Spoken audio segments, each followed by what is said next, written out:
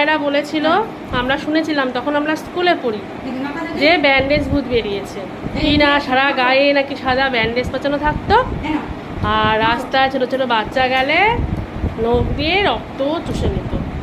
আমাকে এখন এরকমই লাগছে।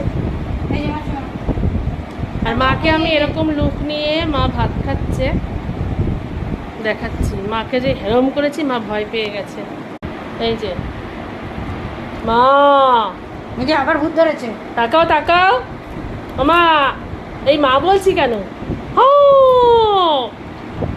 মা ভয় পাচ্ছে। যাই, আসলে আমার এত সুন্দর স্কিন টোন ভগবান একটু কার্পণ্যতা করেনি।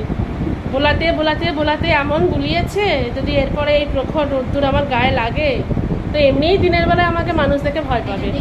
ওই জন্য এইটা পরে বেরোচ্ছি। চলো যাই, কাজে যাই, টাটা।